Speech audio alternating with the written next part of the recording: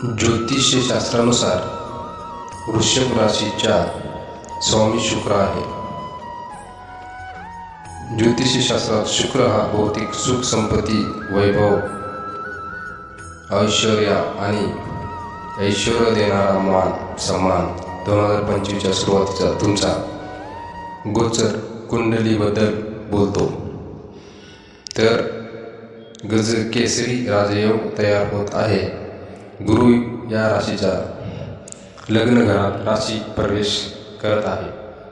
तिसऱ्या घरात नीच मंगळ आणि तसेच केतू 5व्या भावात आणि बुध 7व्या भावात असेल. सूर्य 8व्या भावात आणि चंद्र 9व्या भावात असेल. तसेच 10व्या भावात शनी आणि शुक्र आणि 11व्या भावात राहूचा संयोग होईल.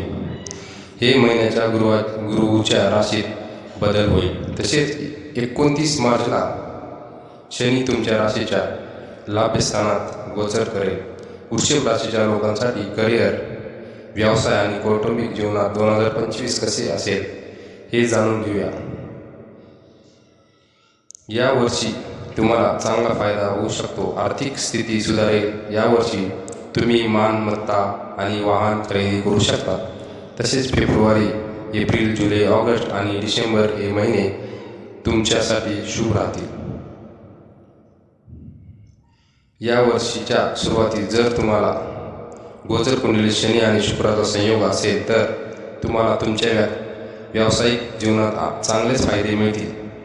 नोकरी आणि व्यवसायातील तुम्हाला प्रगती होईल आणि तुमची नोकरी बदलू शकते. नवीन कामही सुरू करू शकता. परदेशात जाऊन तेथे काम करण्यास यश मिळेल. तसेच परदेशात राहणाऱ्या लोकांनाही फायदा होईल.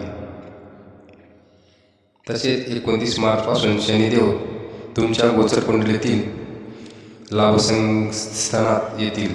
त्यानंतर तुम्हाला चांगले लाभ मिळतील.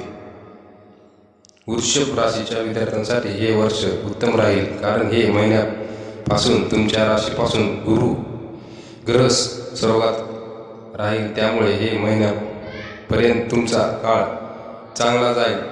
यावेळी तुम्ही कोणत्याही अभ्यासक्रमात प्रवेश घेऊ शकता. तुम्ही परदेशातही जाऊ शकता, शिक्षण घेऊ शकता. वृषभ राशीच्या लोकांसाठी आरोग्याबाबत बोलायचे झाले तर तुमच्या राशीचा स्वामी शुक्र गोचर कुंडलीच्या 10व्या भावात स्थिती आहे. त्यामुळे आरोग्याशी संबंधित कोणत्याही मोठी समस्या नाही. तसेच जर गुरु चढत्या घरात असेल तर कोणतीही मोठी समस्या उद्भवणार नाही. तसेच तुमचा स्वामी शुक्र 6व्या घरात कारण असल्यामुळे मध्यभागी स्थिती आहे. त्यामुळे तुम्हाला कोणतीही गंभीर समस्या येणार नाही. पण जर सप्तम भावातील मंगळ दुर्बल असेल तर तुमच्या जोडीदाराची तब्येत थोडी बिघडू शकते. तुम्हाला याची काळजी घ्यावी लागेल. शुक्र आणि शनी आणि मंगळ यांच्या संयोगामुळे किंचित संमिश्र परिणाम मिळतील. वर्षाच्या पहिल्या 4 महिन्यात तुम्हाला थोडी काळजी घ्यावी लागेल. तुम्हाला अवैध संबंध टाळावे लागतील. यासोबतच नात्यात गोडवा आणावा लागेल, कारण तुमच्या जोडीदाराची मतभेद होऊ शकतात. हा उत्तम उपाय 2025 करा. वर्षभर हनुमान चालिसांचे पठण करावे. तसेच केतू तुमच्या राशीमध्ये 4थ्या भावात असेल म्हणून गणेशाची आराधना करा. तसेच श्री गणेशाला सिंदूर अर्पण करा. या वर्षभरात काही धावपळ होईल. तसेच यावर्षी कामात ठिकाणी वाद टाळावेत. जर मित्रांनो तुमची रास